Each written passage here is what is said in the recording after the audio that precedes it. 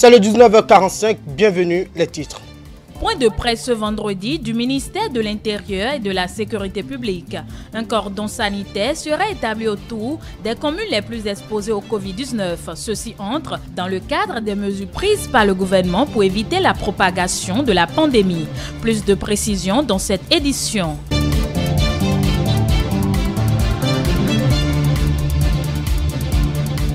La lutte contre la propagation du coronavirus se poursuit. Les jeunes de l'Union progressiste ont effectué ce jeudi une descente dans plusieurs écoles et collèges de Cotonou. Objectif, faire don de kits pour le lavage des mains aux élèves.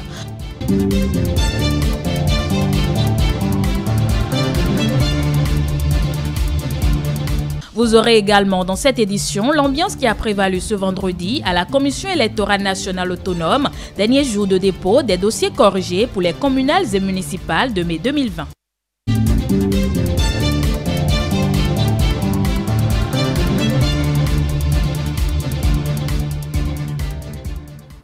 Voilà pour les titres. Merci de nous préférer pour vous informer. J'ai sur ce plateau avec moi le directeur national de la santé publique. Bonsoir.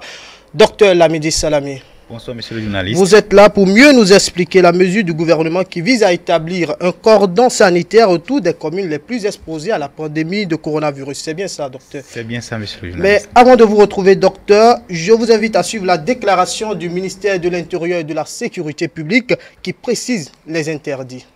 Les dispositions ci-après entrent en vigueur pour compter du lundi 30 mars 2020 à 0h au dimanche 12 avril 2020 à minuit. Interdiction d'entrée et de sortie de l'espace du cordon sanitaire sauf dérogation des préfets.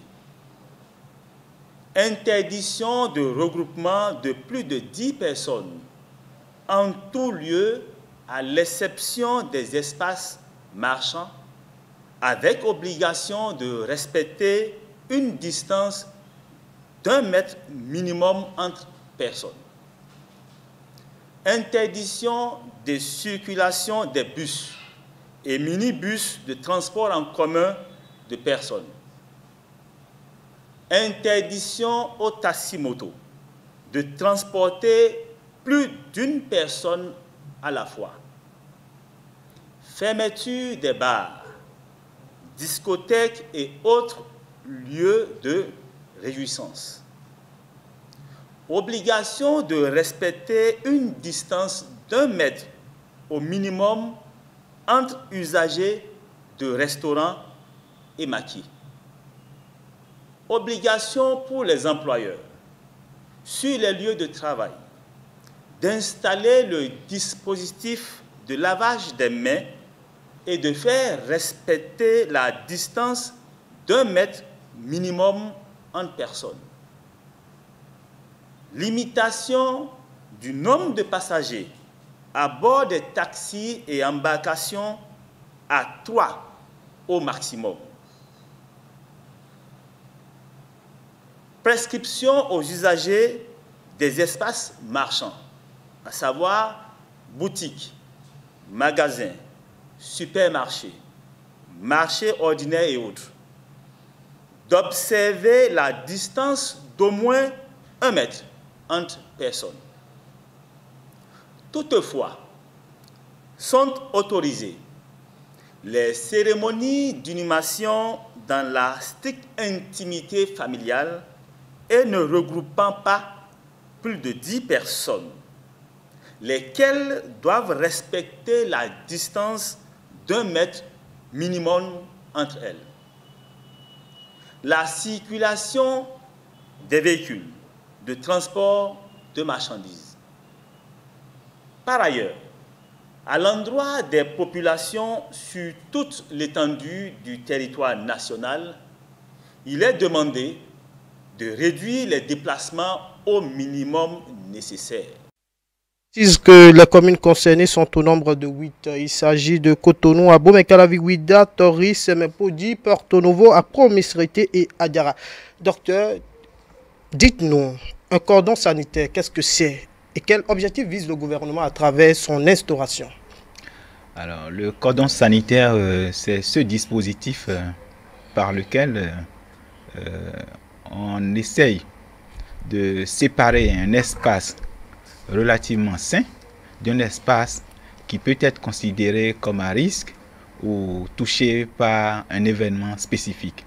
Dans le cas de cette pandémie de coronavirus, quand on voit la distribution des cas que nous avons eus jusqu'à présent et des contacts qui y vont avec, il y a de quoi de considérer ces différentes villes comme étant des villes à risque puisque les cas contacts ont été gérés dans cet espace. Alors, donc, ce dispositif vise à pouvoir cerner au maximum le phénomène à risque et de pouvoir y adresser les mesures appropriées tout en préservant la zone qu'on peut considérer jusqu'à présent comme une zone saine pour qu'elle ne soit pas donc elle aussi contaminée. Alors, en quoi consiste ce dispositif? Le communiqué du ministère de l'Intérieur a été suffisamment clair. C'est un dispositif qui vise à limiter les mouvements entre l'espace qui est hors du cordon et l'espace qui est à l'intérieur du cordon. Donc, des points de contrôle seront mis en place pendant la période déterminée et le passage, le franchissement sera interdit sauf dérogation. Et donc, toute personne qui se trouve hors de ce dispositif, sinon du cordon, doit pouvoir respecter l'interdiction. Et ceux qui sont également à l'intérieur doivent éviter de tenter de franchir, sauf si vraiment le déplacement est jugé essentiel. Et dans ce cas, il faut s'adresser aux autorités compétentes pour avoir leur autorisation. Donc, c'est un dispositif qui vise à contrer la propagation du coronavirus. À quoi doit-on s'attendre en termes de restrictions au sein du cordon et quels en seront les acteurs principaux? Alors, je viens de le souligner tantôt. D'abord, vis-à-vis entre les deux espaces qui sont définis, il y aura une interdiction de mouvement. Ça, c'est clairement défini. Mais également, à l'intérieur de cet espace, il y a un certain nombre de dispositifs qui doivent être observés.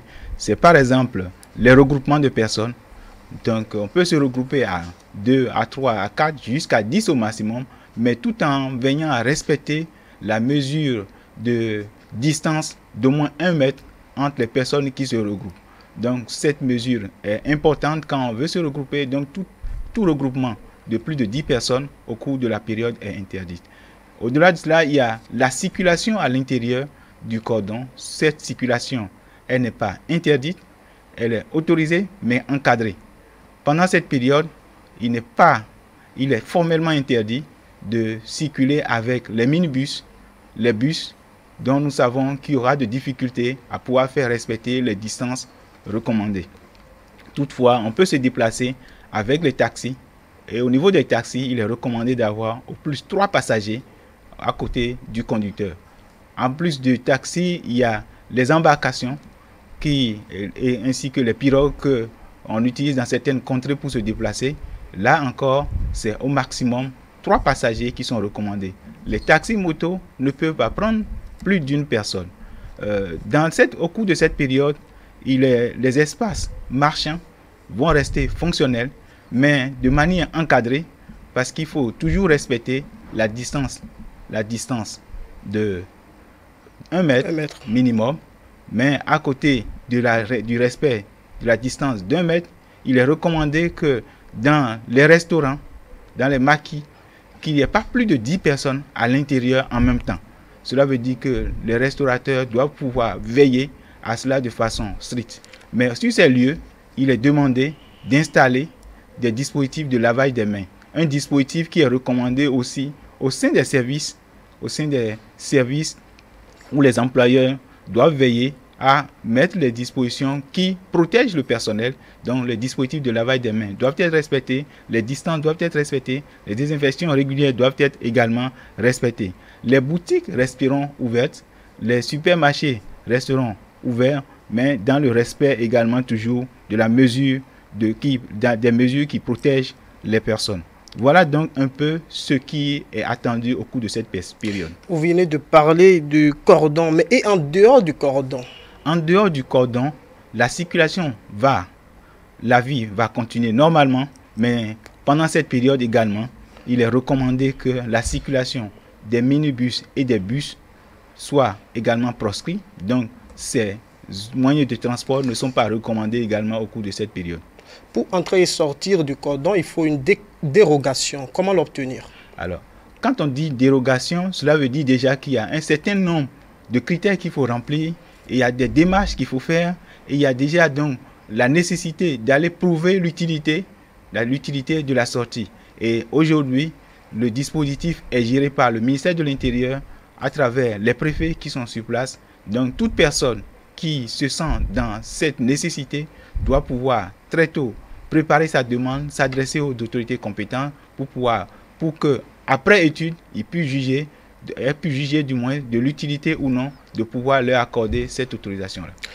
Interdiction de circulation des bus et minibus, mais on autorise les taxis à prendre jusqu'à 3 personnes. Pourquoi? Parce qu'on sait que dans un taxi, nous savons que nous avons 4 places. 4 places, il y a à côté du chauffeur une place, et derrière, on peut pouvoir positionner 2 personnes. Et ces positionnements, dans une certaine mesure, nous sont assez rassurants parce que c'est proche au moins de la distance de 1 mètre qui est requis. Et nous aurons en ce moment un regroupement largement en dessous des 10 personnes qui sont interdits aujourd'hui. Parce qu'il est recommandé de ne pas avoir des regroupements de plus de 10 personnes, de ne pas se retrouver dans un espace confiné. Et le taxi, avec 3 personnes à bord, à côté du chauffeur, nous nous retrouvons dans une situation qui est moins à risque par rapport au minibus. L'instauration du cordon sanitaire, c'est du lundi 30 mars 2020 à 0h au dimanche 12 avril 2020 à minuit. Dites-nous, pourquoi avoir choisi 2 semaines? Y aura-t-il une possibilité de prorogation? Alors, 2 semaines, ce sera 2 semaines pour que nous puissions avoir des personnes qui éventuellement auraient eu de contact, parce qu'au cours des 2 semaines qui sont prévues pour que la maladie puisse s'incuber, que le virus puisse s'incuber, qu'on puisse développer la maladie. Donc, s'il y avait des personnes éventuellement qui avaient eu de contact, on aura eu le temps d'aller vers le contrôle. Mais ces 2 semaines sont des semaines essentielles pour nous si on arrive à vraiment respecter cela, qui nous permettront vraiment d'aller vers le contrôle du phénomène.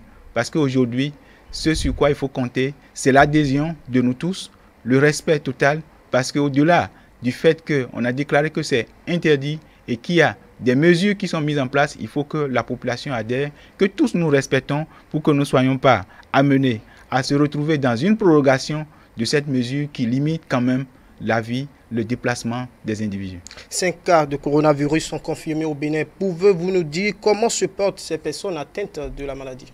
Alors, par rapport à l'état épidémiologique aujourd'hui de notre pays, nous avons 6 personnes qui vivent avec la maladie. Ces personnes se portent très bien et leur état clinique est satisfaisant. Les premiers sont déjà pratiquement à la phase terminale de leur traitement et nous pouvons dire que tout s'est globalement bien passé. Il en est de même également pour les personnes contacts. Pour le premier cas, dont un certain nombre, une vingtaine sont déjà sortis de la surveillance hier, d'autres vont sortir aujourd'hui et d'autres encore demain et après-demain. C'est dire que la situation est sous contrôle. Nous avons une bonne gestion parce que parmi toutes ces personnes contacts, nous n'avons eu jusqu'à présent noté aucun cas qui se soit déclaré comme un cas confirmé. 6 cas, peut-être parce que le Béninois détecté positif au Togo est rentré au pays. 6 cas confirmés parce que sur nos installations, nous avons enregistré des personnes revenues de l'extérieur, qui, malheureusement, n'ayant pas respecté tout le dispositif qu'il faut pour notamment rester en auto-isolement, se sont retrouvés à développer la maladie et les contrôles biologiques faits ont établi qu'ils portaient le virus. C'est vrai qu'il y a une certaine information qui a circulé dans la presse portant sur un Béninois revenu du Togo. Ce cas a été enregistré effectivement, mais c'est un sujet qui a été testé positif selon ses dires au niveau du Togo, mais qui émettrait de doutes par rapport aux résultats. Et tenant compte de toute l'histoire, nous avons décidé de faire le contrôle. Donc un prélèvement est fait et en cours de traitement actuellement et nous pourrons vraiment nous situer. Mais sans attendre cela, au regard de l'histoire, nous avons anticipé et mis le sujet sur traitement et les contacts sont également recherchés et mis sous contrôle actuellement. La chloroquine comme remède au Bénin? La chloroquine, c'est un remède qui a été identifié contre les coronavirus, notamment dans le cas des SRAS, et ayant fait ayant prouvé son efficacité, le Bénin s'est très tôt positionné, et ça, nous le devons au gouvernement, à vraiment l'onction du chef de l'État, le président Patrice Talon, qui, sous son éclairage, a autorisé le professeur Benjamin Humpati à faire ce choix, un choix audacieux, qui, nous voyons aujourd'hui, s'est avéré vrai dans plusieurs pays qui s'alignent sur nous. Donc, ce produit qui est en train de faire ses preuves est déjà adopté par le Bénin dans le schéma thérapeutique appliqué sur le centre de prise en charge aujourd'hui. Donc, nos malades sont actuellement sous chloroquine, mais c'est un traitement qui est fait sous contrôle parce que c'est une prise supervisée pour s'assurer que les doses prescrites sont respectées, que le suivi clinique est respecté et que l'évolution est correcte, en ce sens qu'il faut faire une surveillance clinique, mais également une surveillance pharmacologique et s'assurer qu'il n'y a pas d'effet secondaire et juguler tout événement qui pourrait survenir. Je profite, je saisis l'occasion donc pour dire que le fait que nous ayons connaissance de la molécule ne nous autorise pas à nous permettre une certaine automédication, parce que nous avons lu dans des publications sur les réseaux sociaux l'intérêt que la population a commencé par développer par rapport à ce médicament. Nous voulons nous inviter les uns et les autres à éviter l'automédication parce que ça a un potentiel de risque élevé pour elle. Le risque est non seulement dû au fait que les effets secondaires ne pourraient pas être contrôlés, le non-respect du dosage peut exposer à la toxicité, mais également le risque de développer de la résistance qui va nous sortir du schéma thérapeutique existant et qui amènera notre pays à avoir peut-être des formes de virus qui ne seraient pas suffisamment adressées vis-à-vis des produits disponibles aujourd'hui. Le cordon sanitaire, à quel degré cette restriction va toucher le quotidien des Béninois? Vous en savez quelque chose? Alors, c'est un fait que en mettant déjà ce dispositif, cela appelle à notre attention que nous ne nous trouvons plus dans une situation simple et que nous avons un enjeu, un défi majeur auquel nous devons faire face. Et pour ça, nous devons tous nous aligner sur les mesures adoptées par le gouvernement aujourd'hui. Cette mesure aujourd'hui va toucher notre vie quotidienne parce que nous ne pourrons plus nous déplacer. Nous devons respecter des mesures clés qui sont déjà notifiées depuis plusieurs semaines, notamment le lavage des mains, mais également les distances et les regroupements. Je voudrais souligner ici que les enterrements constituent un événement dans nos communautés et le gouvernement a essayé d'adresser cela à travers une mesure simple, c'est l'autorisation de ces enterrements, mais dans l'intimité familiale, avec le regroupement d'un nombre limité, c'est-à-dire au plus 10 personnes pour pouvoir faire les enterrements. Merci, directeur. Une dernière question. Rassure une fois de plus les citoyens de la disponibilité du mécanisme de prise en charge des cas des personnes vivant avec le virus. Alors, il faut dire que notre pays fait partie de ces rares pays qui a pu mettre en place un dispositif bien adressé pour la réponse à Covid-19 en mettant en place un centre totalement dédié pour préserver le système sanitaire, pour préserver la diffusion du virus au sein des formations sanitaires. Avec ce dispositif, aujourd'hui, nous arrivons à répondre parce que le laboratoire est fonctionnel 24 heures sur 24. Nous avons une équipe de prise en charge qui est totalement dédiée et qui répond à tout moment. Je voudrais donc rassurer que tout besoin dans le cadre de cette crise est adressé puisque nous avons aujourd'hui également un centre, un call center qui est fonctionnel, qui répond également en temps réel avec une équipe médicale qui traite les demandes, les plaintes et oriente. Ce sur quoi je voudrais insister, c'est que tout cas suspect aujourd'hui ne doit pas s'adresser à n'importe quelle formation sanitaire. Il faut d'abord appeler les numéros, donc s'auto-isoler dès que nous ressentons des signes et que nous avons des éléments qui nous font penser à la Covid, donc à l'infection à Corona, donc il faut s'isoler, appeler les numéros, avoir des réponses et pour que nous puissions venir vérifier et dès que c'est confirmé que la prise en charge puisse être organisée. Il y a une cible importante sur laquelle nous voulons insister aujourd'hui, c'est les personnes âgées. Les personnes souffrant d'autres maladies qui sont déjà des personnes fragiles. Il faut que ces personnes restent à domicile, et surtout dans un espace aéré, s'alimentent bien et boivent beaucoup d'eau pour pouvoir se protéger contre cette maladie, parce que c'est dans cette population qu'on a beaucoup de décès. Donc il faut que ces mesures soient fortement, sinon strictement appliquées par ces populations qui sont fragiles. Merci. Merci, Dr Lamidi Salami. Vous êtes directeur national de la santé publique. Je rappelle que vous étiez là pour mieux nous expliquer la mesure du gouvernement qui vise à établir un cordon sanitaire autour des communes les plus exposées à la pandémie de coronavirus. Merci, docteur. Merci, monsieur. Merci d'être passé. On poursuit cette édition. En ce moment, le monde entier est en guerre contre le Covid-19. Au Bénin, les centres de santé ne sont pas restés en marge des mesures de prévention indiquées par le gouvernement.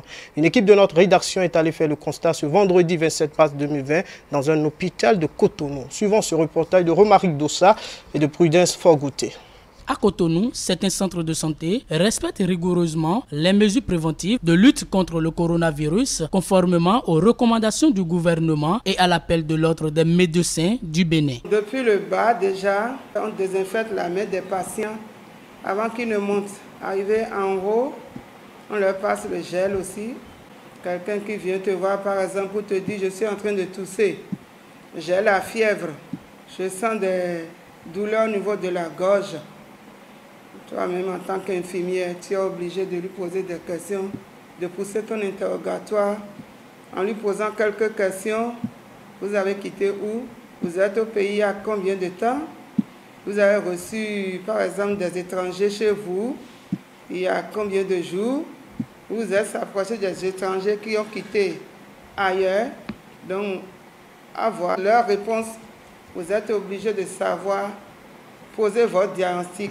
Quelle qu'en soit l'ampleur et les tournures que prenne le virus, les médecins se disent déterminés à faire le travail dans les règles de l'art. En tant qu'agent de santé, tu seras en train de prier pour ne pas avoir ce genre de cas avec toi. C'est ça. Avant de venir au boulot, je pense beaucoup, je réfléchis beaucoup. Parce que j'ai des enfants à la maison. Il y a mon mari. Il y a toute une famille à la maison. Il y a beaucoup de stress quand même. Tu es obligé de travailler. Parce que tu as choisi. C'est un métier de sacerdoce, on dit. C'est un métier de sacrifice dont tu ne peux rien faire. Tu es obligé. Tu es là pour sauver la vie des êtres humains.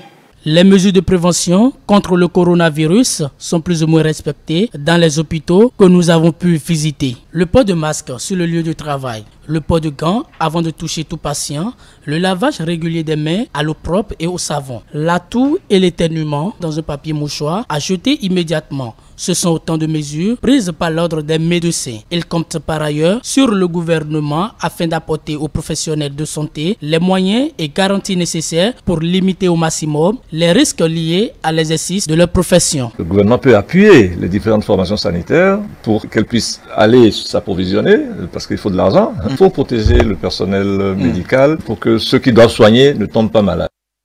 Dans l'optique d'éviter la propagation du coronavirus, des dispositions sont prises à divers niveaux. Les jeunes de l'Union progressiste ont effectué dans l'après-midi de ce jeudi 26 mars 2020 une descente dans plusieurs écoles et collèges de Cotonou. Ils ont fait don de kits pour le lavage des mains. Mathilde Sabi, Jean-Marie Kedelou pour le compte rendu. Très sensible à la santé des écoliers et élèves en cette période de pandémie, l'Union progressiste a effectué une descente dans certains collèges et écoles de Cotonou, les bras chargés de kits de l'EPP Setovi au Seuge Filleignon, en passant par le collège d'enseignement général Les Pylones et l'école primaire publique de Lazouto.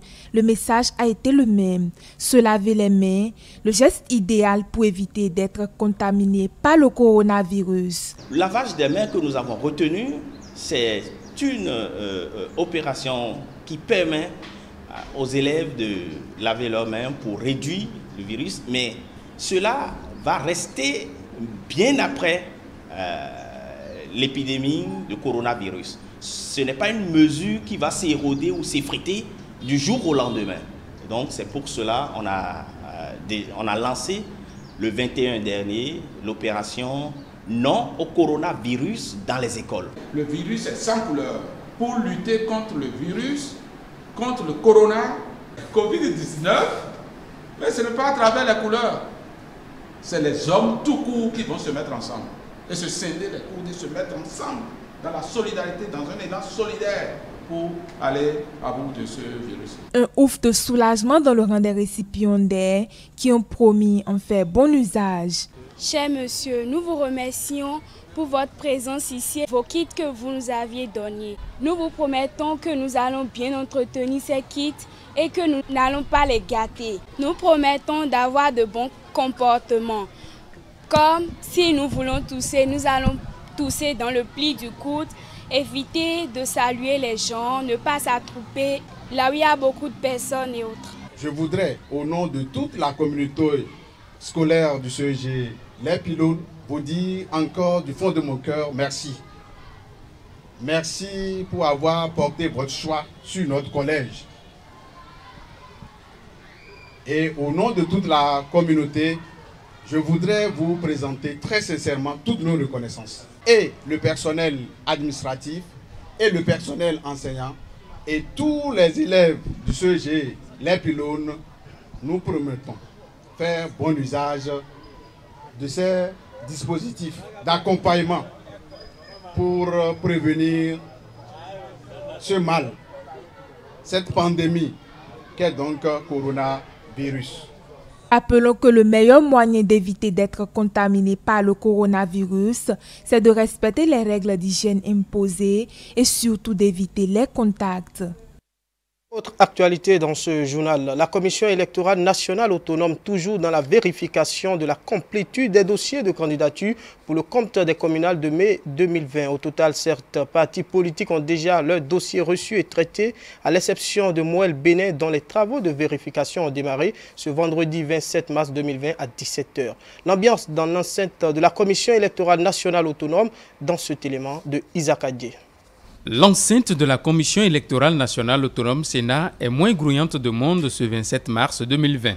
Dans les salles de monitoring, 3 partis politiques. Le Parti du Renouveau démocratique PRD, le Parti pour l'engagement et la relève PER et le Parti Force Cori pour le développement du Bénin FCDB. La séance aura duré toute la première mi-journée.